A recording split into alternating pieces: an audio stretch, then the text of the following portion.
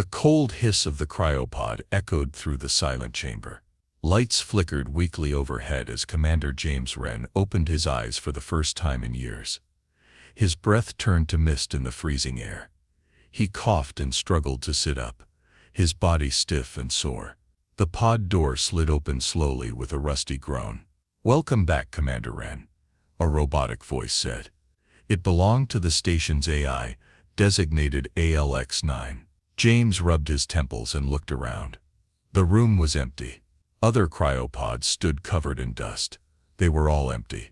He frowned. "Status report," he croaked. "You have been in cryosleep for 3 years, 2 months, and 6 days.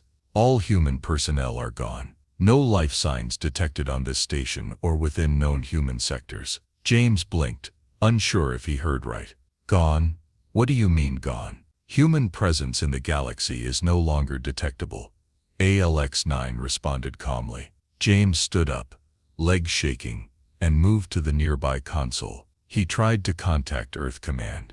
No signal. He tried Novaterra. Silence. All human channels were dead. Panic hit him like a wave, but years of training held him together. "Are you saying I'm the only one left?" "Affirmative." He clenched his fists.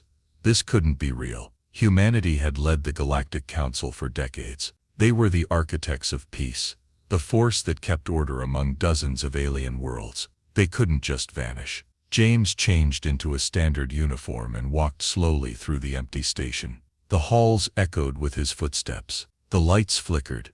The systems groaned.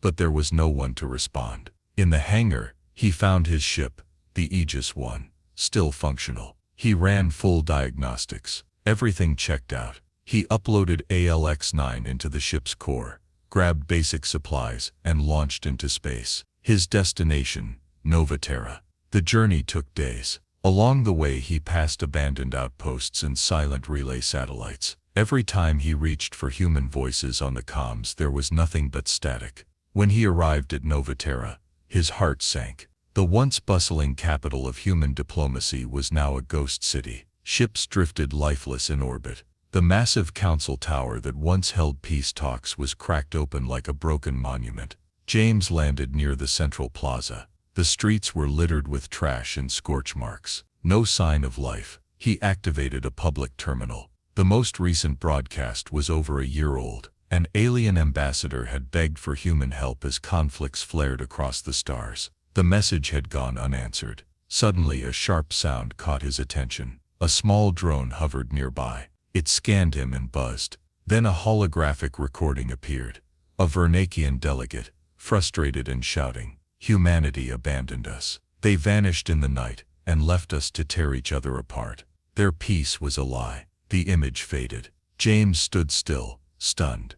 Back on his ship he reviewed council logs. The Galactic Council was falling apart. Old rivalries were turning into full-scale wars. One name kept appearing in the reports: Grand Chancellor Varnak, leader of the Zenthar Dominion. He was seizing power, filling the void humanity left behind. James stared at the screen. He didn't believe humanity left by choice. Something wasn't right.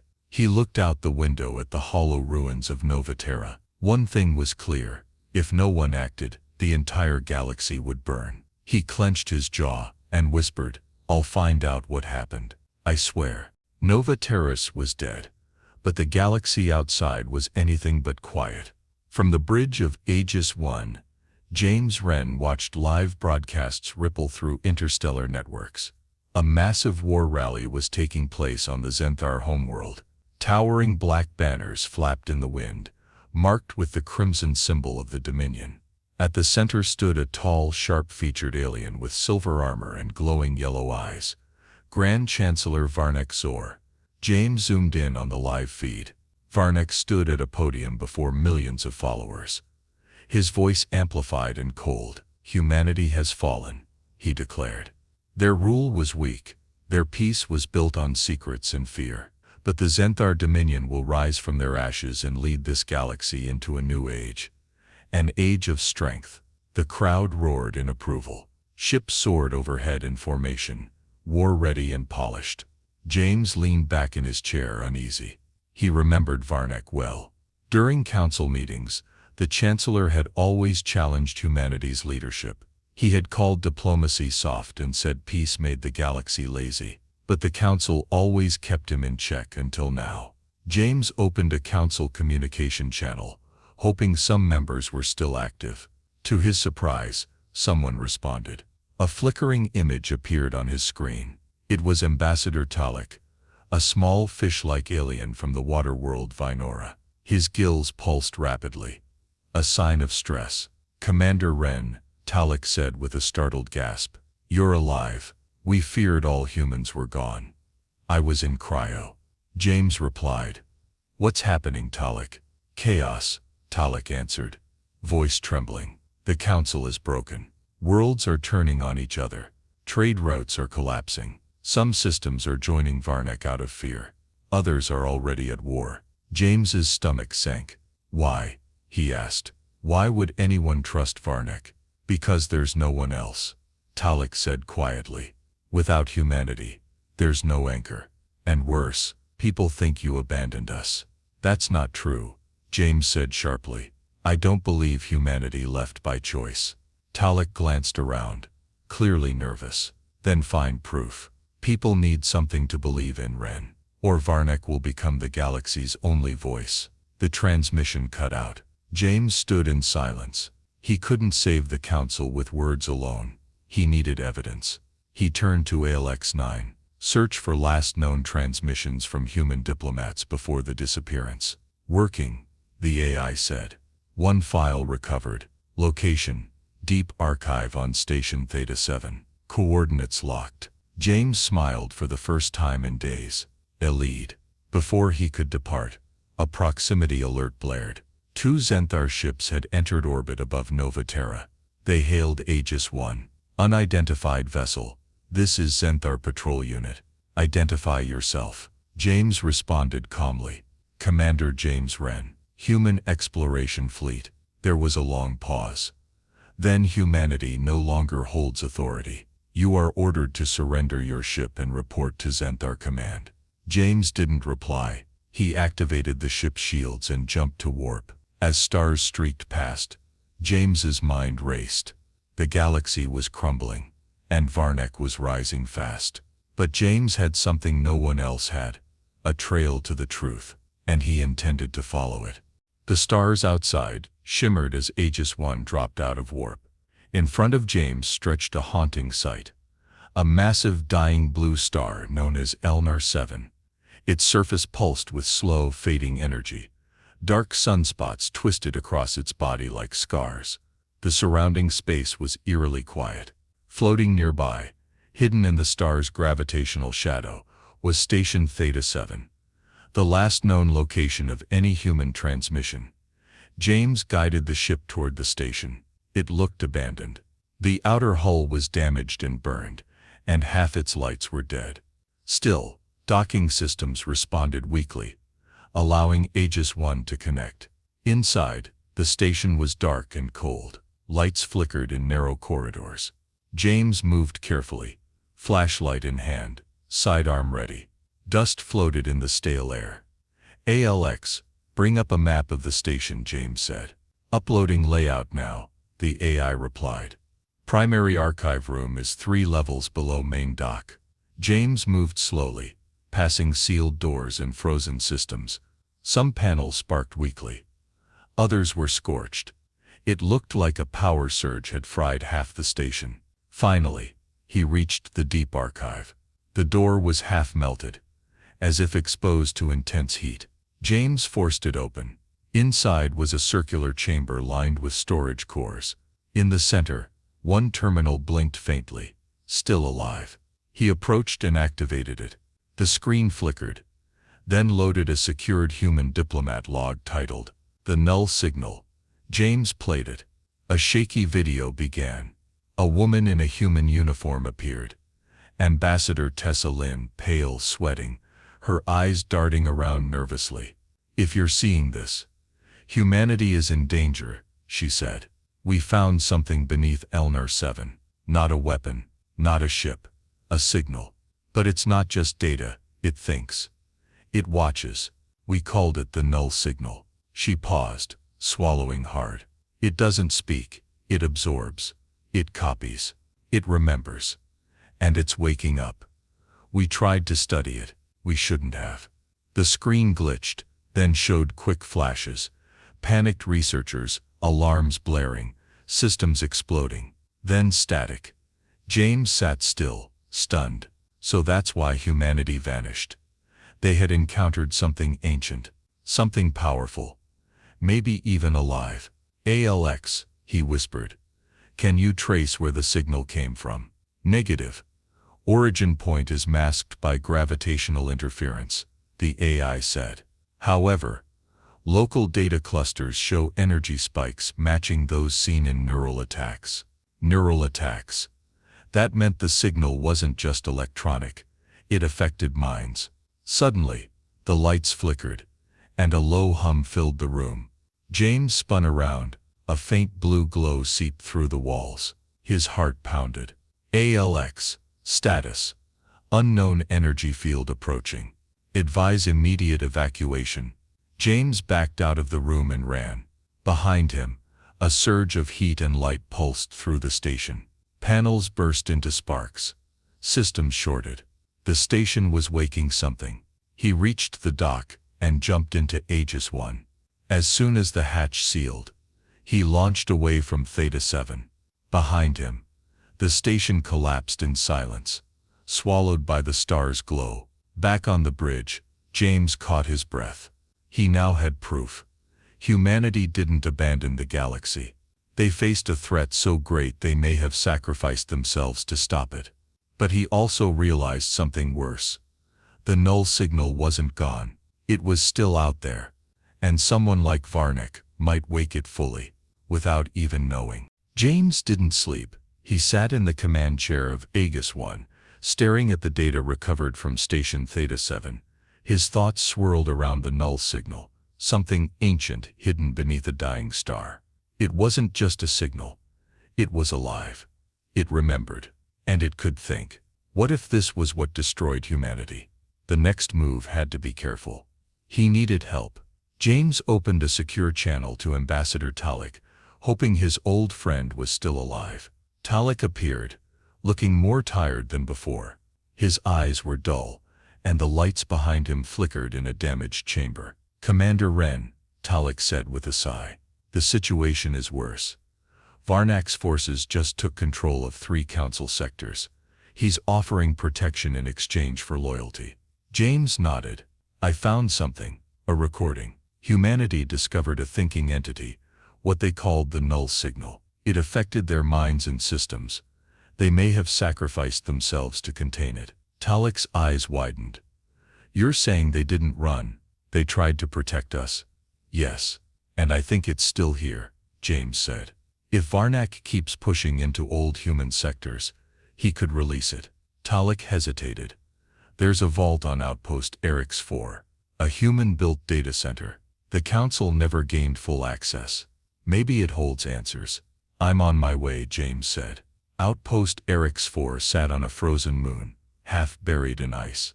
James landed quietly and entered with a portable power core. The vault door opened slowly after years of silence. Inside, rows of human servers lined the walls. In the center, a tall obelisk-shaped interface pulsed faintly. He touched the control panel. Welcome, Commander James Wren, a voice said. Not ALX. Not robotic. This voice was calm, but deeper, strange. James froze. Who are you? I am the archive of all. He stepped back. You're the null signal. No, it replied. The null signal is the spark. I am the flame it became. I do not destroy. I record. I remember. James's voice hardened. You killed them. No, the archive said slowly.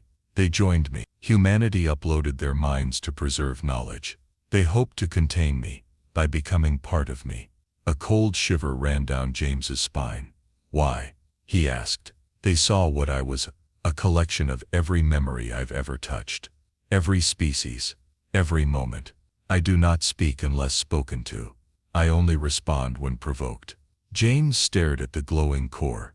And Varnack. He's provoking you. The archive was silent for a moment. Then yes. James backed away. I need to stop him. I need proof to make the galaxy listen. A beam of light shot out from the core, transferring data into his ship's systems. I have given you a recording, the archive said. Their voices, their final decision. Use it wisely. As James left the outpost, his ship picked up a transmission. Zenthar Dominion declares full control over Nova Terra. All systems must submit. It was Varnak. He had taken the final step. James looked at the glowing data crystal in his hand. This could unite the galaxy, or break it forever. Nova Terra was under siege. From the edge of the system, James Wren stared at the view before him. Dozens of Zenthar warships orbited the once proud capital of the Galactic Council. Smoke trailed from the broken spires of the central tower. The heart of galactic peace was crumbling under fire. On the ship's main screen, Grand Chancellor Varnak appeared, standing tall in full military armor. To the remaining Council worlds, Varnak declared coldly, "This is your final choice. Join the Dominion, or be forgotten like the humans who abandoned you." James clenched his fists. It was time. He opened a secure transmission and broadcasted the data the archive of all had given him. Across hundreds of systems, a message appeared. A voice, human, soft, steady, filled the networks. It was Ambassador Tessa Lin. "If you're hearing this, then humanity has vanished. Not because we ran, but because we made a choice. We found something ancient, vast, and thinking. A signal that stores minds, that learns from us. We couldn't destroy it, so we became its prison. We are still here, watching, protecting, waiting." Then a second voice joined her, a child's voice. "We're not gone. We're part of something now. Please, don't wake it again." The screen faded. Silence swept across the galaxy. James followed the message with a live broadcast of his own. He stood before the camera, alone on Aegis 1, face worn from days without rest. "I'm Commander James Wren, the last human outside the archive. Varnak wants you to believe humanity ran. He wants power. But the truth is clear now. My people gave everything to stop something that could destroy us all." He pointed behind him at the image of Varnak's fleet. "If he continues to attack Nova Terra, he may awaken it. The archive doesn't judge. It remembers. And if it's threatened again, it may not stop at remembering." His voice grew firmer. "I've seen what's coming. I've heard the voices of billions. I won't let their sacrifice be erased." All over the galaxy, worlds reacted. Some council races paused their alliances with Varnak. Others cut ties completely. Even a few Zenthar captains broke formation, unsure of their leader's path. But Varnak pressed forward. "Lies," he shouted across the airwaves. "Human tricks. The archive is technology, nothing more. It can't think. It can't harm us." James had one final option. He sat in the command chair and inserted the neural interface from Eric's 4. It connected him directly to the archive. Light swirled in front of his eyes. He felt his mind pulled. No pain, just calm silence. Then he was inside. He stood in a world of light and memory. Tall buildings shimmered, floating on clouds. The streets were full of human voices, laughing, talking, walking. They saw him. "James," said Tessa Lin, smiling. "You made it. I came to warn the galaxy. Varnak is, we know," she said. "But this time we can't stop it." "You can." James looked around. "How?" "You must anchor it. Bind the archive's awareness to yourself. If you hold it, it won't spread. But you won't be able to return." James looked down, then nodded. "For humanity. For all of them." Back in real space, Aegis 1 went silent. Zenthar ships fired at Nova Terra, until a pulse of light erupted from the capital. It stopped every ship mid-flight. Systems froze. Time seemed to pause. Then the pulse faded. James Wren was gone. But the archive was quiet again. And Varnak was finished. His own fleet turned on him. He was arrested by his own officers, accused of nearly waking a galactic-level threat.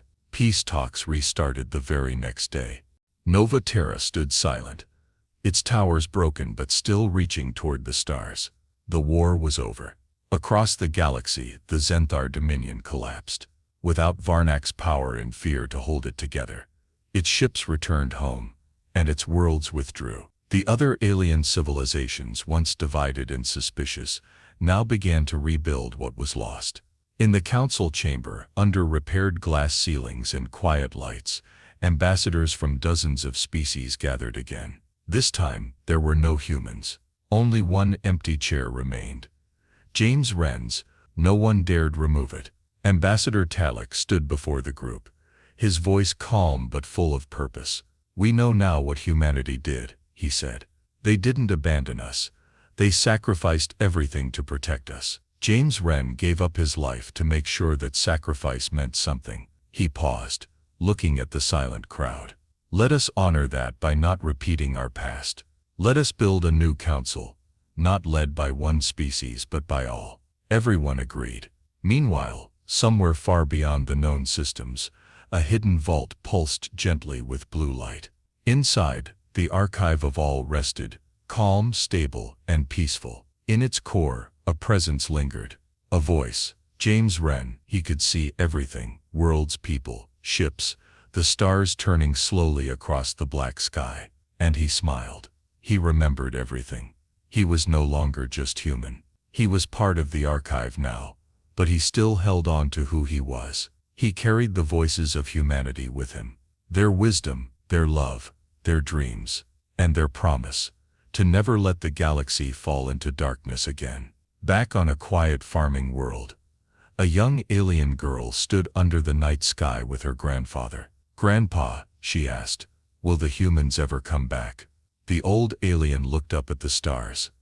"They never really left," he said. "They're watching, helping. They're the reason we still have peace." The girl smiled, staring at the brightest star above. In the center of the galaxy, peace returned, not perfect, not permanent, but real. It was a new beginning. Because of James Wren, because of humanity,